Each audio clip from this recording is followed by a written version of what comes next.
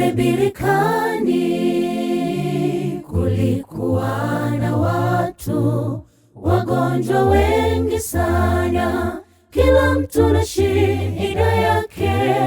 Yesu kapita kawaona, kamuona mtu kapoza, amelala na godoro lake bila tumaini.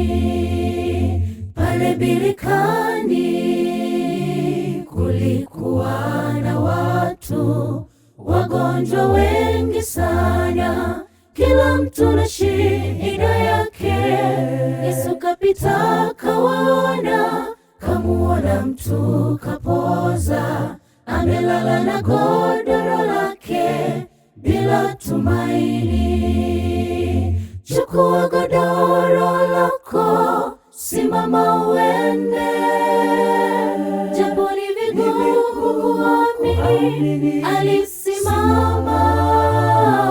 Yesu akwambiapo shida yako imekwisha, ndiye mponyaji, yeye amini na utapona.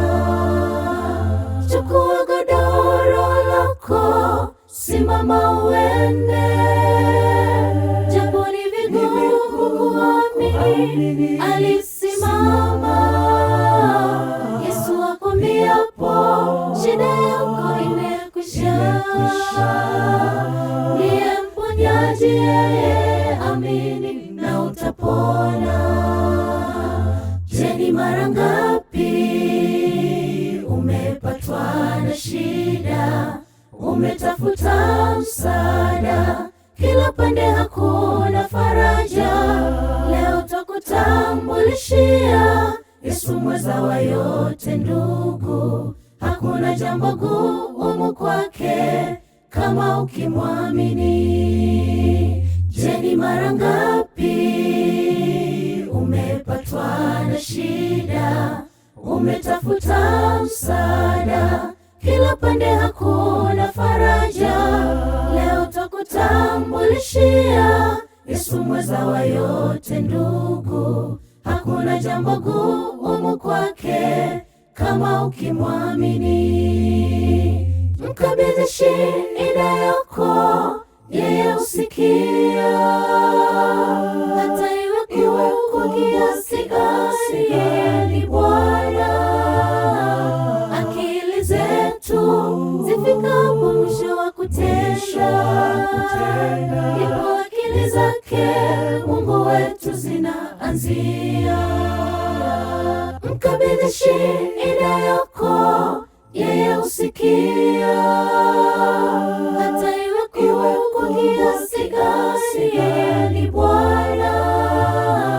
Akili zetu zifikapo mwisho wa kutenda, ndipo akili zake Mungu wetu zinaanzia. Chukua godoro lako, simama uende, japo ni vigumu kuamini. Alisimama. Yesu akwambiapo shida yako imekwisha, ndiye mponyaji, yeye amini na utapona. Mkabidhi shida yako, yeye usikia, hata iwe kwa kiasi gani, yeye ni Bwana. Akili zetu zifikapo mwisho wa kutenda, ndipo akili zake Mungu wetu zinaanzia.